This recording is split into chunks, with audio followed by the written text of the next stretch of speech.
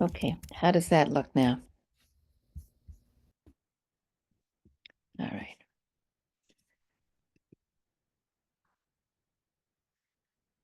So I wanted to introduce you to Proud Sisters and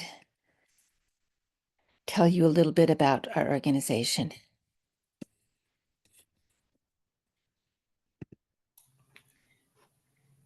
Our vision as an organization, we envision a world where every woman is empowered to express her full potential and contributes towards a society in which all living beings can thrive. Our mission, Proud Sisters, is a global entity that empowers women to achieve economic self-sufficiency, social equality, and leadership skills through education, advocacy, and community building. Proud Sisters' inspiration comes from the Indian philosopher, spiritualist, and activist P.R. Sarkar.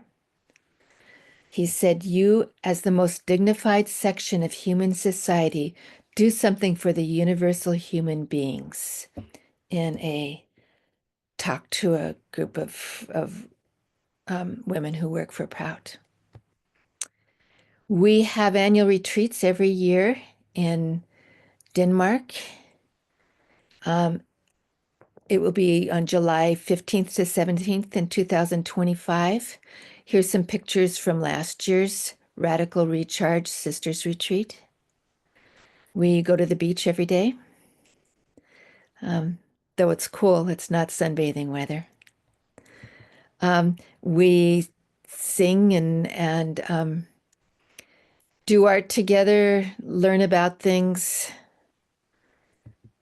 And we presented some of our music afterwards at the main Proud convention. Oops. Proud Sisters inspire women with practical online workshops like the one you're at right now. These are some examples of ones that we've done in the past. We are affiliated with Proudest Universal and with Girls Proud, which originated in India. Proud originated in India in 1960, and Girls Proud also developed there. Here's a picture from some of the demonstrations that have been done there. We stand to create a powerful, dynamic, and upsurging social consciousness, especially amongst women, so that they are inspired to rise, abolish dogma, and annihilate all symbols of slavery, and usher in a new era of coordinated cooperation and glorious achievement. Let women be the vanguard of a new revolution which humanity must achieve for a glorious tomorrow. Thank you so much, Dee Dee. That's lovely. We will now hear from our two special guests who are joining us today. One is Maria from Guatemala, and the other one is Karima, who is from Gaza, Palestine. We will start with Maria. And the theme of this year for Proud Sisters is women working together. And both of these presenters will talk about women cooperatives. We start with Maria. Maria is the program coordinator of Trauma Textiles, founded 36 years ago. The Trauma Textiles Association emerged from the ashes of Guatemala's internal armed conflict, which devastated families and left many women widowed or orphaned. And these women, including artisans like Amparo de Leon and Oralia Chopin, turned to the traditional art of backstrap weaving as a means of survival, using this century-old craft to support their families amidst the turmoil. In 1988, these weavers united to form a cooperative, Senat, which later became Trauma Textiles. Their mission was to preserve the rich heritage of weaving while ensuring fair wages and fostering a supportive community. Over time, the cooperative expanded to support 400 women, offering them not only a sustainable income, but also scholarships for their children to preserve the weaving tradition for future generations. Welcome, Maria. Thank you very much to all of you who are today with us. My name is Maria Aguja. I am the program coordinator, and today I am representing around 150 women of our cooperative. We are based in Quetzaltenango, that is the second most important city in Guatemala. And so today I'm sharing a bit about what we do and why our work is vital and important as women, right? So I'd like that we continue to the next presentation. So Guatemala is a country of extraordinary cultural diversity, home to 24 indigenous groups, and each has its own characteristics and its own language.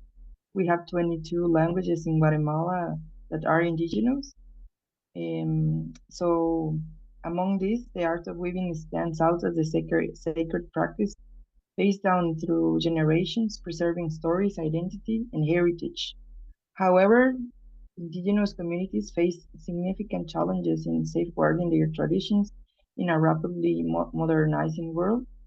So this presentation will explore the vital role of education in preserving indigenous knowledge and how supporting drama textiles and the Almaya Fund, that is our fund, can help us sustain these invaluable traditions while empowering the next generation of weavers. Can we continue with the next presentation? So here I have like a collage of pictures. The first one is Oralia Chopin. She's the vice president of our association. She started when she was 16 years old and she turned 50 this year. Then there is Amparo de Leon. She's the president of Drama Textiles, and she also has been there around 25 years as well, working for the association. They both started as volunteers. Many of our weavers are not able to read or to write, so their main income is weaving. And then you have a picture of drama, a picture and the pictures of my city. Thank you. So we can continue with the next one. So here we have a small picture of our products that are two toys made with abstract loom. And so, as I was explaining, we have 24 indigenous groups with 22 distinct languages and traditions. So it's very important to support the women. In our location, many women are just asked to make some tortillas or to go to the cities and from the communities and sell tortillas or just to take care of their homes. And basically, the boys are the ones that are sent to study because they can sustain home. And sometimes or oftentimes, the women, since they are young girls, they are not provided with education, which is very sad. Can we continue, please? And so it's very important that we are able to support by educating these children. I can see that the older women of our association give a lot of importance to study because they know what it means not to have a good level of education or don't know how to write, how to read. And that's why it is important to provide education so they have the time also to keep interested in preserving the tradition.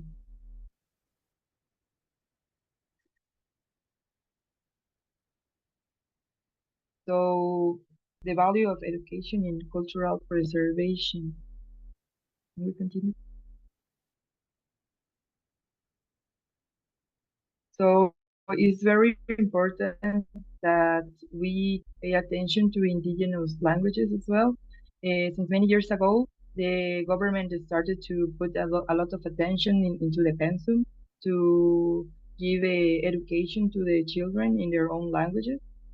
So is local schools can integrate education in their languages and preserve their language, history, identity, and also spirituality.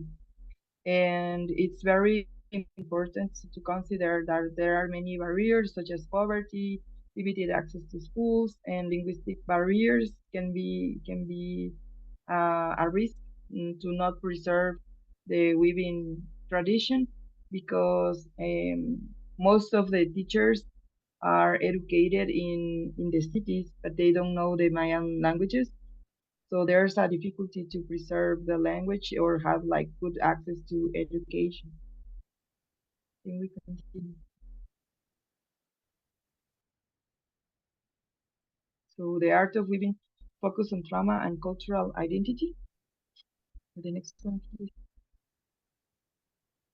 So weaving in Guatemala is far more than a craft. It is a language of history, identity, and spirituality. Each intricate pattern and vibrant color represents elements of the natural world, sacred beliefs, and communal life.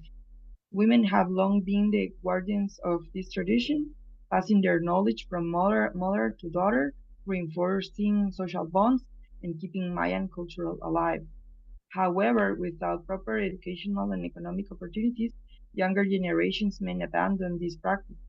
By supporting drama textiles, we can provide the resources necessary to preserve this art form and ensure that weaving remains a thriving expression of cultural identity.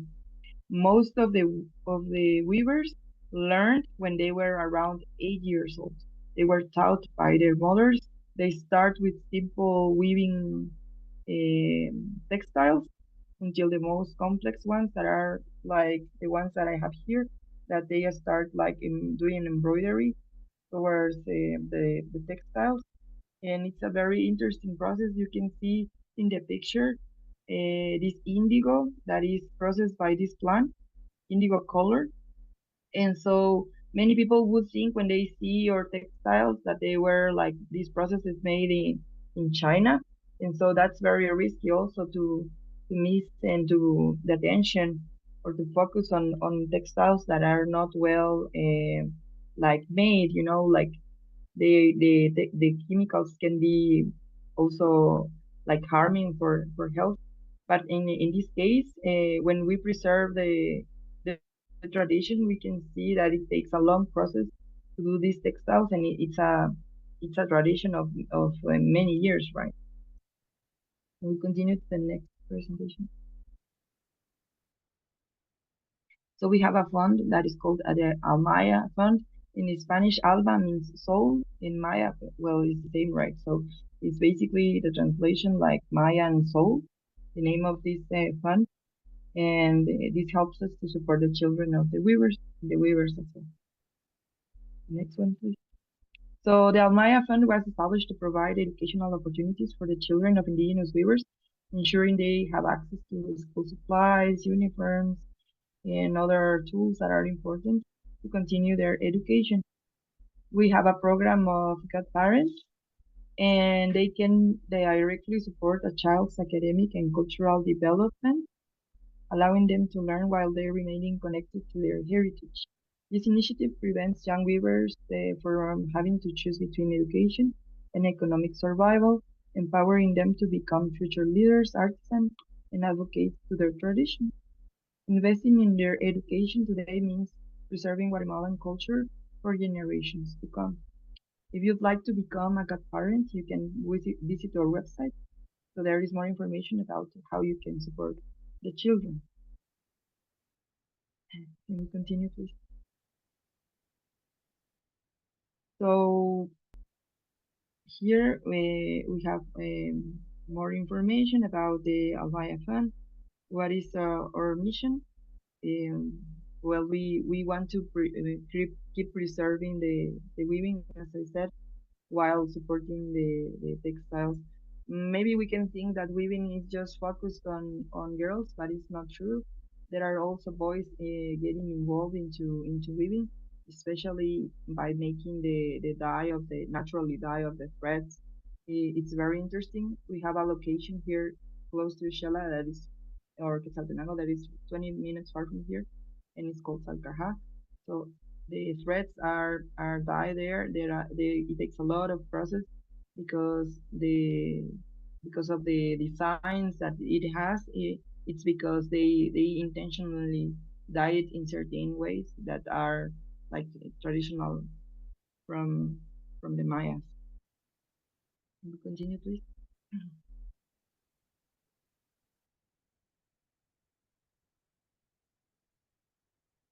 So we have an online store, and if you'd like to get to know more about what we do, and you can visit tramatextiles.org, and you can see also our catalog of products. We are also a weaving school, so we have visits of people from many places in the world. We have visited this last week from Germany, the States, and other places because people want to get to know more about what we do and how we preserve the culture. The next one, please.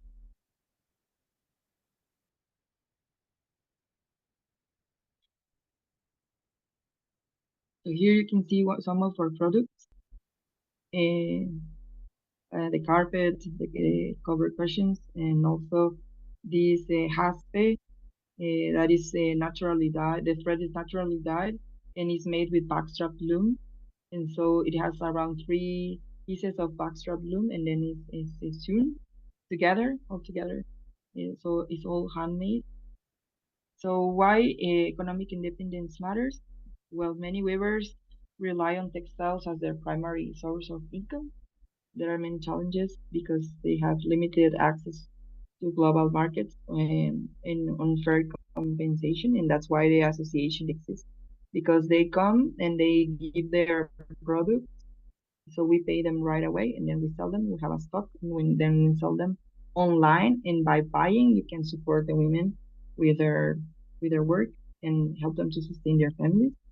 And what is the role of online store?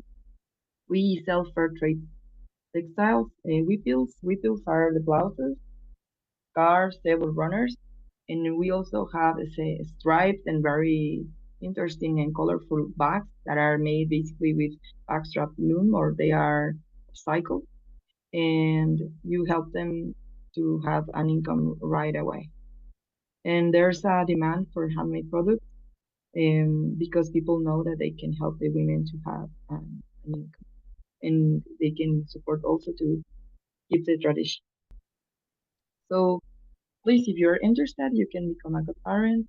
You can also help us by shopping handmade textiles through our website, or you can visit us here at Rama. We have a volunteering program, so if you know someone who's interested about weaving, you can come and weave and also volunteer with us and help raise awareness and sustain Guatemala's rich cultural heritage. And thank you very much. You can follow us on Instagram, or you can visit the website. Thank you so much, Maria. That was really lovely. We'll open up for question and answer and discussion after Kariman has her chance to also present her work. So now I'd like to welcome Kariman. Kariman is from a family in Gaza that has been there for thousands of years. Most of the people, the Palestinians who live in Gaza, are refugees from 1948 when the State of Israel was created. But Kariman is from an indigenous family to Gaza. And I just have to say before I pass it off to you, Kariman, that for all of us, especially in the United States, we are deeply ashamed, outraged, and angered at how our tax dollars are being used to slaughter tens of thousands of Palestinians in Gaza. And we are really trying our best, and we're working hard, and we want to work with you, with Palestinians, with Israelis, to transform global systems of governance to make sure that such obscene violence is never permitted again on planet Earth. So with that, I'll pass it off to you. Thank you so much. And hi, everyone. So I'm not going to make this presentation on like boring and takes a lot of time. I'm going to make it excited, and I'm going to show you how my life, like the life, my journey, how it starts. So I will first share with you a short video, like to wrap up everything. Then I will give you like a very tiny short story, like before and afterward. Okay. So yeah, can you let me share my screen, please? Can you make me co-host? Yes, we will. I thought I had already done that. I'm sorry. Oh, No, you it's are fine. co-host. You are co-host. Like I'm using two. Oh, you're using two. Okay, okay, okay. Let me see. Here we go. Yeah, Okay. no, I Now you can't. should be able to. Thank you so much. Okay, just give me 1 second. Okay.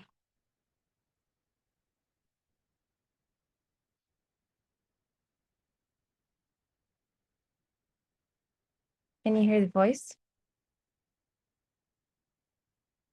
No, you have to turn on computer sound. Not yet, yeah. Okay.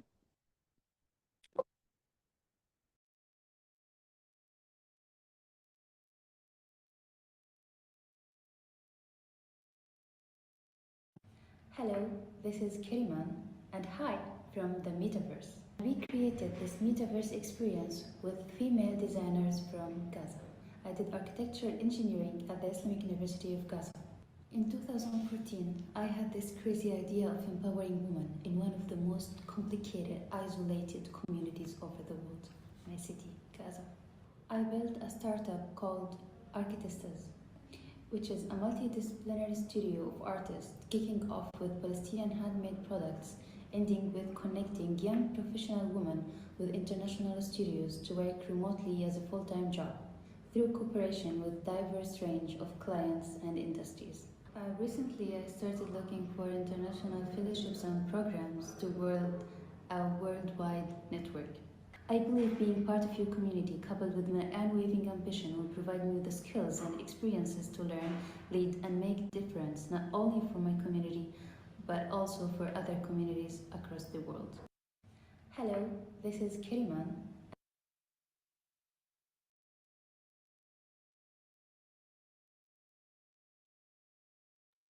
You're muted, Karima.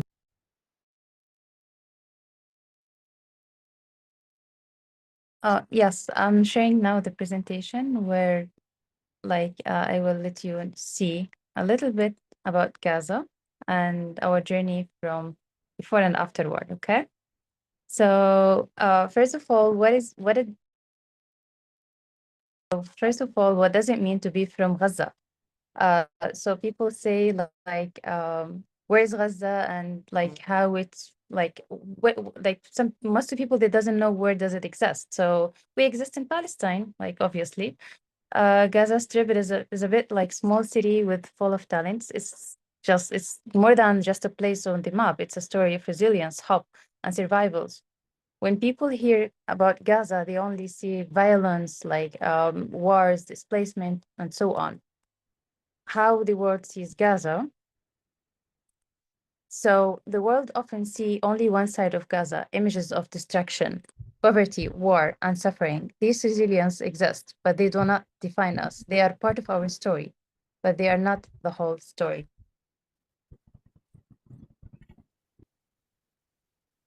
Yeah, I'm sorry, my camera keeps falling. On the other hand, what is the reality of life in Gaza? To truly understand Gaza, one must see it beyond headlines. It's a city of contrast. It's a city with laughter coexist with sorrow. Let me share with you images of my hometown, like the Gaza seaport, the beauty of its streets where people, they do not see these images and they do not see these realities before war and before everything got completely destroyed. And also, I created a very short video of my family and my friends, and it's like a less than a minute video.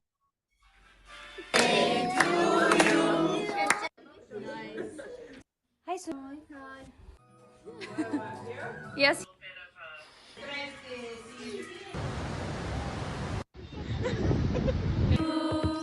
Happy birthday, happy birthday,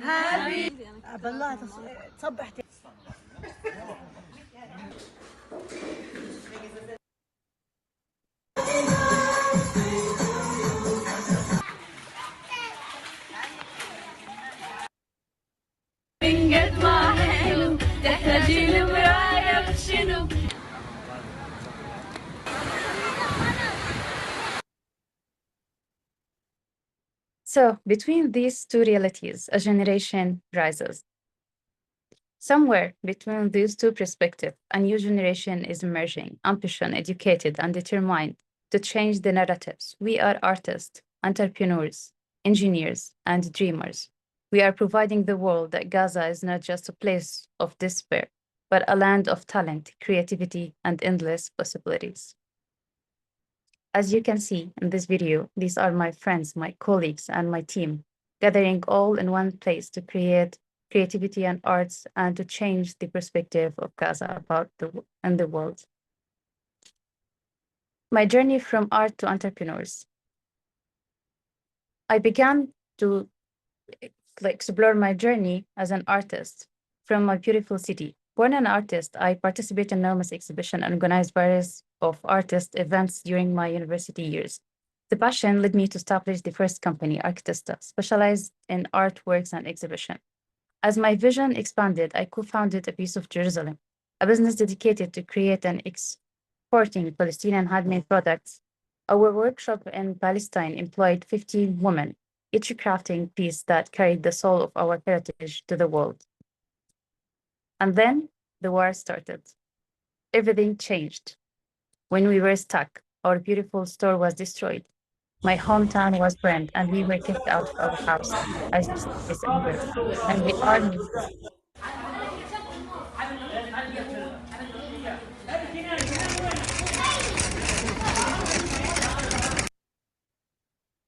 As you see, we faced death. We lost our house, and we lost our home. When my family relocated to the USA, I remained in Saudi Arabia. Despite the challenges, my families arrived, like they reopened piece of Palestine, piece of Jerusalem, working with women who had also lost their house and home, moved to Egypt. This is our store in Palestine, in Gaza. This is how beautiful was our store and how beautiful we had an amazing artist from all over Gaza. And this picture is after they destroyed our store. They destroyed our house. This is our house before. This is our beautiful garden where all my family used to gather here. We used to have breakfast. We used to have birthday parties, as the video that you saw earlier. And this is our house after. They burned it. They destroyed the garden. They destroyed our store. And we lost everything. This is our living room before. We were very happy, gathered family. And this is after. Everyone now in a different space. I'm in Saudi Arabia, my family in the USA, my cousins in Egypt, some of them in Oman, and we're not together anymore. Many people thought I'm dead, but luckily I'm not. I'm still alive. And we are back to life. As I said, at Piece of Quds reopened back in United States. It's a handmade embroidery products made by talented women artists from Gaza. We offer a line of graphic tees that celebrate Palestinian culture and identity. This is a small introduction to Palestinian embroidery for those who doesn't know. This is a story of culture and identity. Palestinian embroidery is not just an art. It's our history, our stories, our passion and art. This is my mom in the USA. They keep working with displaced women from Gaza to Egypt. They buy their products, we design the products, and we sell them in the USA. So this is like when we create, as I said, when we create embroidery, it's our roots. So the origins of Palestinian embroidery can be traced back in ancient times, where it served like communities and storytellings. Each stitch represents a special story in our heritage. Like for instance, this is in Ramallah, this is in Hebron, this is in Gaza, this is in Beer Saba, this is in Jaffa. Each city has a different pattern where it represents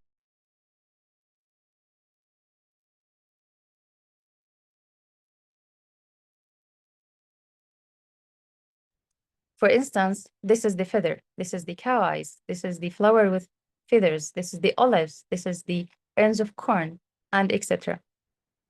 So when you see a full design, and when you see a full design, it's not just like an art, it has a story, it has a meaning behind.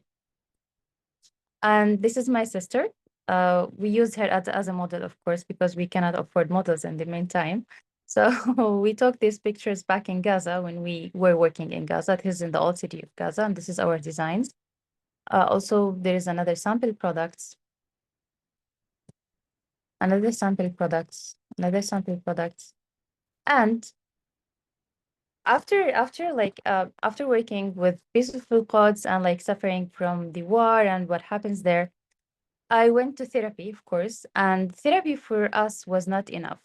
We had to think of an idea how to bring therapy into a new, like to redefine therapy and how people get therapy, especially when they are exposed to like a different stories where no one experienced before. So you need another way to help you with. As for me, I saw it as a new way to heal, and just not just for myself, but others like me who had experienced trauma. Traditional therapy sessions did not fully address my emotions of displacement and loss. So I co-founded Get Balanced, a VR-based mental health therapy solution. Our project allows individuals to immerse themselves in a therapeutic environments that help them manage phobias and anxiety, trauma, and PTSD. Through carefully designed virtual spaces, users can practice a mindfulness, engage in relaxation exercises, and even prepare for real life challenges that public speaking, for example, like public speaking. This innovation offers an alternative form of therapy that combines technology and mental well being. Our solution, as I said, it's a VR mental health environments where people can have exposure therapy. What is virtual therapy? What is virtual reality therapy? It's an innovation treatment approach using virtual reality environments to simulate environments for therapeutic purposes. Our product is a VR headset, of course, where you can select the environment based on your need. What is our treatment areas? Stress and anxiety, depression and disorders, trauma and relaxation mindfulness. The founders, of course, this is Karima, someone you may know. This is Dania Darwish, our friend, and this is Majd, she's my sister. Meet our team, of course, like we try to have women as much as we can. So Shireen, Fatma, and Dr. Muna is Shireen, Fatma, Ahmad, and Muhammad are from Gaza. Dr. Muna is from Saudi Arabia. She's like very experienced in mental health and technology. This is our product. We created games, we created mindfulness projects, we created different projects for other clients using VR, but this was not made for VR mental health. It was made for other purposes, but now we are focusing on mental health. So thank you so much. And if you want to shop from my family, you can find it on peacefulcodes.shop. And this is the QR code. And that's it. And thank you everyone for listening, and hope it was like very short and cute presentation.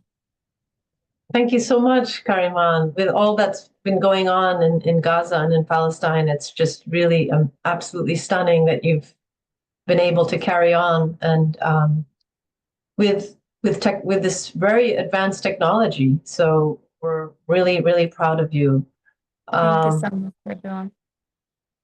So at this point, so Maria and Kariman, I mean, there was a strong theme in both of your presentations about women as the guardians of tradition and cultural identity and storytelling. So I don't know if either of the two of you have any questions for each other or any comments before we open it up to anyone else who would like to share or would like to comment or ask any question. Yeah, I want to thank Maria for her like inspiring story. I learned a lot from her presentation, and I'm so proud that she could like change the way that textiles and art in her country presents. Yes, it's very interesting. I was analyzing how geography is different, but after all, the traditions of weaving, like it's like I was watching a video yesterday about why people in Peru certain ancient like features in their biology, right? So it's the Yeah. same with culture. Like we are a spread that we have like this tradition of weaving, and like you have succeed with this technology. So there's like I wonder myself how I can help them also, like to inspire them also to go forward. You know? Thank you very much for sharing. Thank you. Maria, I had a question for you that you mentioned the 22 indigenous languages, and you mentioned also that the government is starting to encourage the children, indigenous children, to have an education in their own language. But I'm wondering if these languages, do they have official status in Guatemala?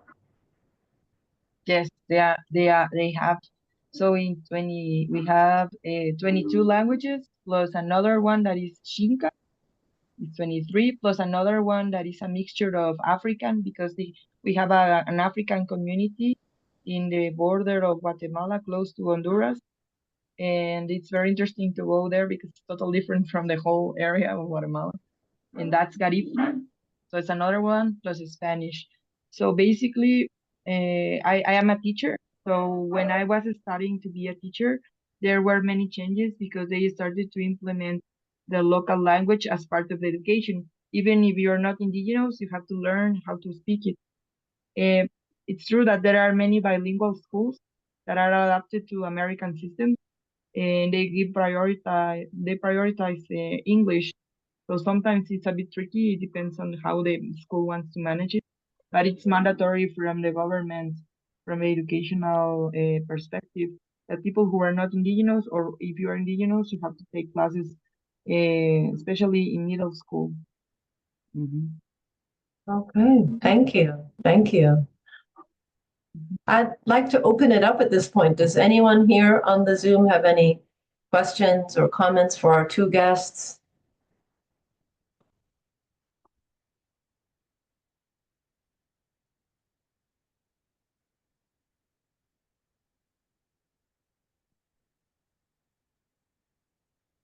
I have some questions, yes.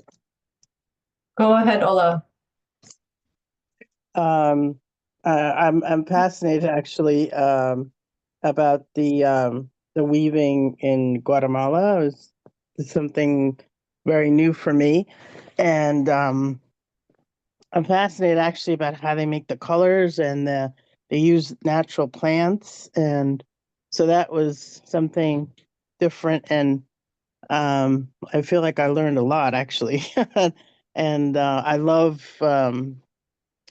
things that are all handmade. I think there's just such like you feel like somebody's put their love and their heart and soul in making it. So I'm gonna go look at the store myself online. And as far as the Gazan products, the embroidery, of course, is a whole art by itself. And I didn't realize that each one like represented a certain area. I didn't know all these details. And the thing that's fascinating is the technical virtual reality thing that you're using now to help people through therapy. I thought that was like amazing. Thank you So so much. subhanallah, really, I was amazed by that. So this is wonderful, and definitely there are two things online I'm going to go shopping for now. That's So, that's exactly what we want to hear, Ola. Ola is Egyptian American and she works with me in Westchester County, New York. Oh, hi. yeah, And I'm very honored that to so, hear thoughts of us. Thank you so much. yeah, I'm just so amazed by this, really. Thanks. Thank you, Ola. Yeah. Does You're anyone welcome. else have any question or comment or any feedback for Maria and Karima? I can Yes. jump in. First, I just want to thank you both so much. Really inspiring to hear both of your stories and the work that you're engaged in. It's just, yeah, I'm so honored to have you both here. And I think one thing that stood out to me, what Ola said also stood out to me, this like the fact that in both of the crafts, in the embroidery and in the weaving, there's a story and there's a connection to the place, and there's so much kind of intricacy of like there's so much behind this pattern. And I am thinking about the how that approach contrasts so much with like fast fashion and the speed of consumption in the world. And it just, I don't know if I exactly have a question, but I just wanted to like reflect back the fact that it seems like such a powerful statement to be making of preserving not only your culture, but a really intentional way of life, and like a way of engaging with your work that's slow and thoughtful and community centered, that's really kind of being eroded by our culture at large. So I just really, really Yes, appreciated I agree that with you. aspect. Even the way that we live every day, right? Like sending messages, we want the right response. So how we are living at the end, like what quality of life we have. Because many people come and they just put their headphones and they start reading, and it takes a process to understand that this process of slow is natural. When you want plants, you want a hamburger, you want something, it takes a process from planting the seeds of the tomato, for example. So it's very interesting the quality of life that we are living now, how things go fast. And I think that it's very interesting to analyze also how are we living our lives at the end of the day. And it's very interesting that after all, it has taken many years. There are some like art. There's some art like sculptures of Mayan people weaving also. So we also have a museum here in Guatemala, in the capital. And if you go, they have a website also. It is called Ishel Museum. Ishel is the goddess of wisdom and medicine. So it's very interesting to see that there are many customs that are not made anymore, but they have customs that have many years, like original ones. So it's very interesting to see that depending on the region, as Ola said, depending on the region that you live in Guatemala, you can identify where the person is from. For example, this is, I think this is from Huehuetenango, this huipil. So all the people who are in that area, they will wear the same one. So you can identify the communities because of their customs. Thank you, Maria. I see that Taraka and Jyoti have a question or a comment. Yes. So hello. Very interesting to hear also now, Maria explain a little bit how the patterns also shows a little bit of the areas. The same that I am fascinated about what Karima shared. But I was very interested in hearing more, if it's possible, about this virtual therapy and how it's helping women, because I think it's a very interesting approach, and I would like to understand how it works and if it's, yeah, how it is. Yeah, so it's a very different topic where people like if you want to have a therapy, like for example, if you fear of being in a crowd and you have a very important presentation to make at work. So what we offer you is we create like a simulation for a meeting room, and you choose the amount of people you want in that room, where you can have this kind of exposure therapy, where you can enter the room and then you can like have like do your presentation, and then these people in that room, AI, can give you a feedback of your presentation. For instance, in my case, after being in ward for 51 days continuous, facing death and bombs and etc., I couldn't sleep because I was like very sensitive to any voice. In that case, I created something like, sorry, we created a safe place where you can have a 3 minutes of relaxation, being in an environment and focus only on the sound. We use as very special sound effects where it like connects to your inner mind. And this is like way advanced. Many people, they cannot do meditation. It's hard for them to meditate. So this therapy forces you to meditate for 3 minutes where it relaxes you. And we've done this experience on many people in big events, and we recorded their reaction before and after using the relaxation therapy, and it was very successful, alhamdulillah. We use other type of therapy like a game where ADHD people, they cannot focus on doing one exact same thing at the same time. So we ask them when they enter the game to select only, for example, the white boxes, and we put them in a white empty room where they feel unsafe and they wanted to run away, but they have no option but to stay in that room. So it's like exposure therapy. We are working, as I said, in different environments. Each environment represent a different way of therapy and how it works. So it's basically you need to have a VR headset and a device where you can upload this application and try this VR therapy. We work directly with clinics. We don't sell it to individuals because it's a little bit dangerous to have it as an individual because you need to be monitored when you're using, especially the relaxation environments. We don't want people to get addicted to that. So yeah, it's part of the clinic program therapy sessions. How does that relaxation environment thing work, whatever you're saying? How does that work? So when you wear the headset, you go into an environment. For instance, you like to have a relaxation in the front of a sea. So you have a 3D environment with a sea sound and like birds and like very light music. Some people like rain. We put you in an environment where you can be in a cool, warm space and you hear rain. Some people like mountains, so we put them in an environment where you are on the plain and you see mountains, trees, and very relaxation music.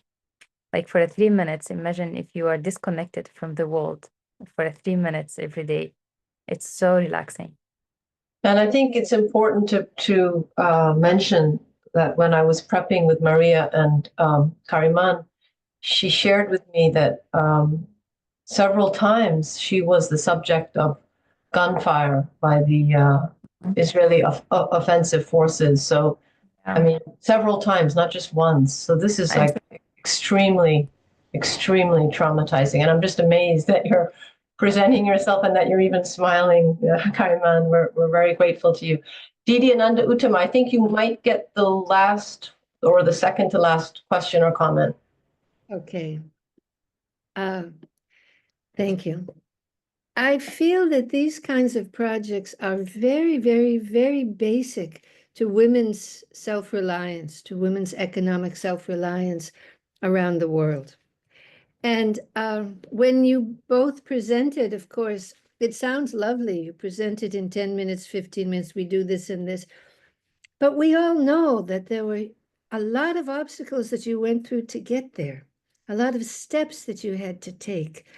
And I would suggest that maybe at some point in the Sprout Sisters that we have you back in talking about the nitty-gritty, the logistics, the steps, the process, and then we can ask you questions that these projects should be replicated. It's wonderful that you're doing it, but they should not be just yours. They should be replicated throughout the world. And so if you can train us or teach us or show us a little bit about how you did it and what you went through, I think that could be very, very useful. You know, I would love to invite Kariman and Maria, if we could. We're not there yet, but to pay for you to come to our global gathering in Denmark. We would love to have both of you with us. We're not That's there fine. yet, but we'll work to creating a Yeah, fund. I can teach you how to survive from gunfires. Like when you do this, you make sure that it doesn't hit your head, so you survive. So yeah. Things that hopefully most of us will never have to go through, but you have. Inshallah, hopefully no, hopefully no. I really Valuable don't wish knowledge. anyone to go through this because it's terrible. Well, we wanted to wrap up our session with some art sharing. Ola, do you have something really quick? Yes, actually, I was interested about the Guatemala, that there's 22 languages. How many languages does the average person in Guatemala actually speak? That's a very good question. Well, what happens is that it depends on your ethnical identity. In the personal, I am not indigenous, but I am Guatemalan, and we are what we is common, we can say, is the food. So everyone will eat the same, and it is connected to Mayan traditions. For example, here in my city, people will speak a language that is called Quiche, and it's interesting because some words are similar because here to say thank you, you say maltiosh, and in some languages it's tiosh.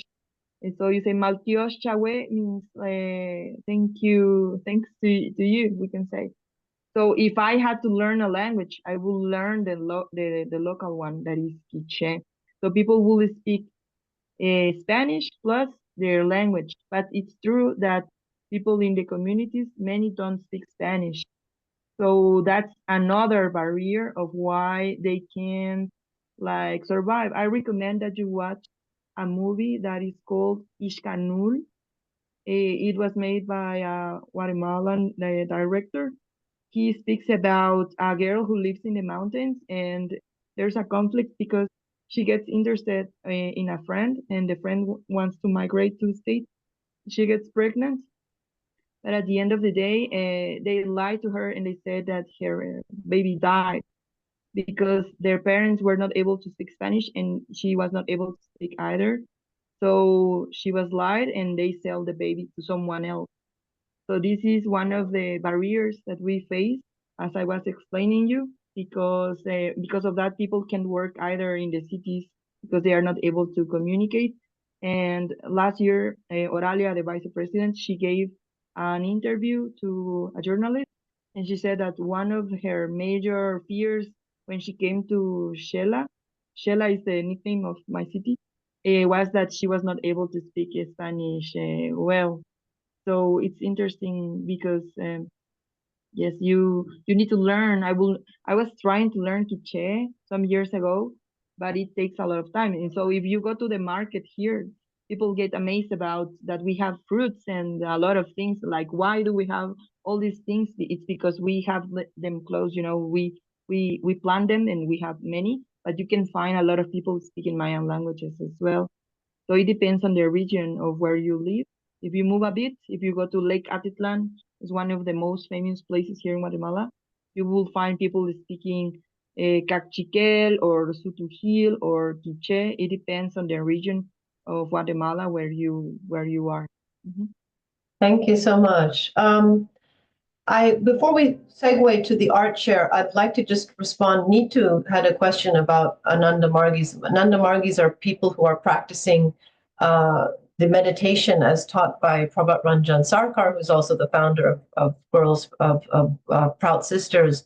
So my acharya, the lady who taught me meditation, Didi Ananda Vitashoka, she's actually she's been working in Cairo, Egypt for years, and she has been part of a relief effort in Gaza, trying to get desperately needed, clean water and food. And so I don't know, Neetu, if there are,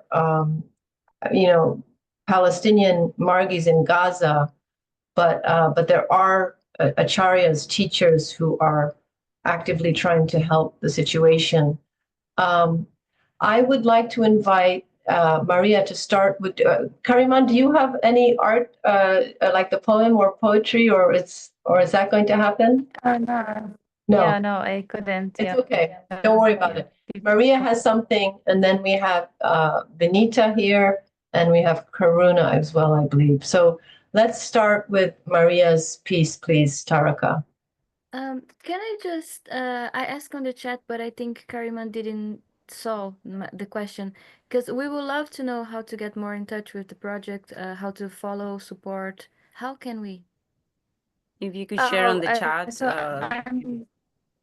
yes, I will share with you the piece of Al-Quds website and their Instagram. They always share where they do like exhibitions in the USA and stuff. So yeah, and I will share Okay. with you also the VR therapy website, inshallah. yes, Okay, thank you. thank you. Thank you. And Absolutely. I will show right now also Maria's last slide that has those detailed contact details for YouTube. Yeah, sure.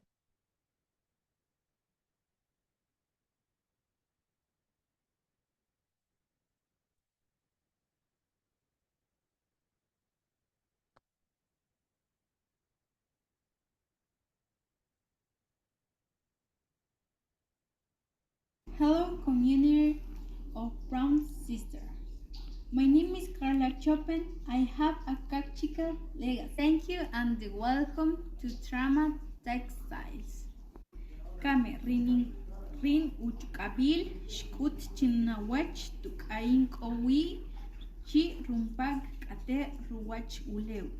Chiruchi rinimalach shkabal chuwach rikbeleje chuwan Joyo in rusikinik rik katik kamak ametrok. Nuki rik a shka rinumach shkotik ulomhem. Nuk umalach ishuri kan kuhakik kaitz akat na rusitik numskalem.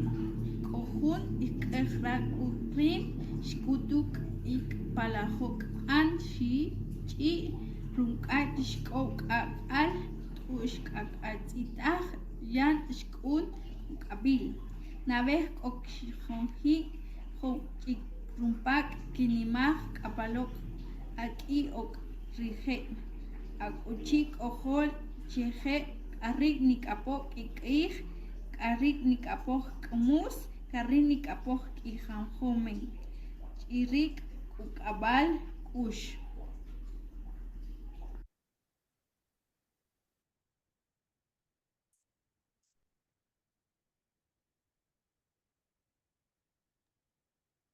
Oh, and then I guess Benita or Barbara. Benita, would you like to share your piece? Yes, I'm ready. Just a moment. This is the song by Buffy St. Marie, The Seeds of Brotherhood. I'm just going to modify it for it to be The Seeds of Sisterhood.